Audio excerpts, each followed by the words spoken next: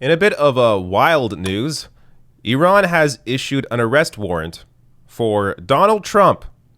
This over the killing of top Iranian general Qasem Soleimani back in January. Now, I covered that story back then. Just to give you a reminder here on why the U.S. Killed Soleimani in a drone strike. This was their reasoning for it.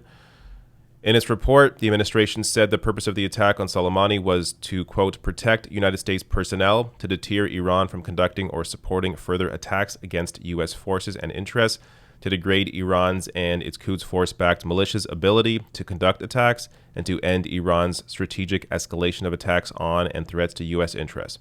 Now, the Trump administration was never able to provide any evidence of any imminent attack that the U.S. also claimed in the reasoning for killing Soleimani. They said he was planning an attack on U.S. forces somewhere. They never gave any evidence of any attack. So Trump tore up the Iran deal, killed a top Iranian general, and brought the U.S. and really the world to the brink of war. Now, Iran clearly has not forgotten about this. Just to give you some more information here. Well, first, Qasem Soleimani, in case you forget, that's him there. This is the Guardian piece on this. But let me give you some information from Al Jazeera. Tehran prosecutor Ali Al-Qassamer said on Monday that Trump, along with more than 30 others Iran accuses of involvement in the January 3rd attack that killed General Qasem Soleimani, face, quote, murder and terrorism charges, the semi-official ISNA news agency reported. Al-Qassamer did not identify anyone else sought other than Trump, but stressed Iran would continue to pursue his prosecution even after his presidency ends. So I'm going to touch on this in a minute and maybe why they mentioned this. But Interpol, based in Lyon, France, said in a statement that its constitution forbade it to undertake any intervention or activities of a political, military, religious, or racial character. So Interpol is essentially the sort of like an international police force in a way. Their focus is mostly on transnational crime like cybercrime, but they also facilitate cooperation among various countries and their national forces. But I think Iran knows Interpol's not going to do anything here. They also know that the U.S. isn't simply going to just give up Trump. But, I mean, the one potential reason here, and I think part of it is, why they mentioned this, that even after his presidency ends, they're going to continue pushing for this, is because I think they hope, even though I don't think it's going to happen, but they hope that Trump will be something that they can use as sort of a bargaining chip in the future.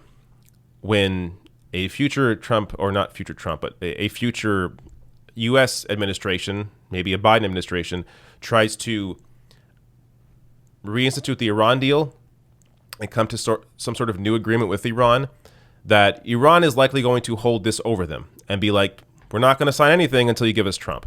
Now, again, I don't think they expect to get Trump, but in pushing for that now, it is a way they're going to try and bargain to get, I would assume, more out of a future administration than they would be able to otherwise without that bargaining chip.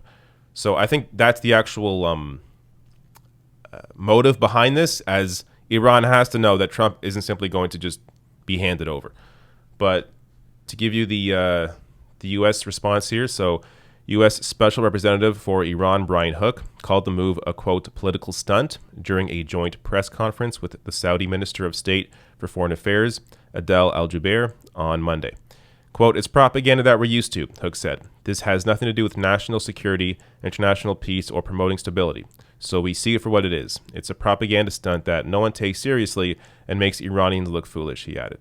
Now, while I largely agree this is kind of a political stunt,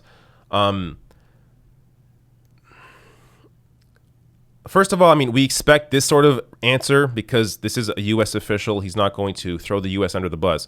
But Trump is the one who raised tensions. He's the one that killed Soleimani. He's the one that brought the U.S. and Iran to the brink of war.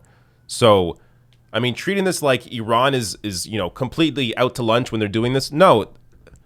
It's clear why they are doing this, and it's nothing compared to what Trump did to their general.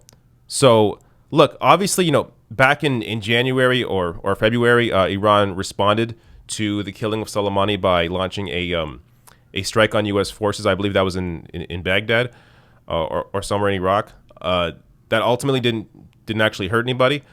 But this shows you that Iran has not let this go. And you can understand why.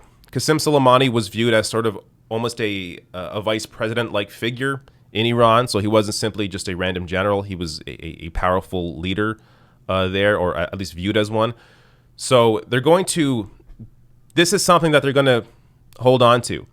And as I said, I think that the main reasoning here is to use it as a bargaining chip for a potential future deal with the U.S. that hopefully happens. But something Trump has done during his administration is just completely destroy the ability for other countries to trust that whatever deal they get into with the U.S., that's going to be there 4 years later or 8 years later. Because if they get another Trump-like figure, then every deal that they had could simply be ripped up, and all of that work was for nothing.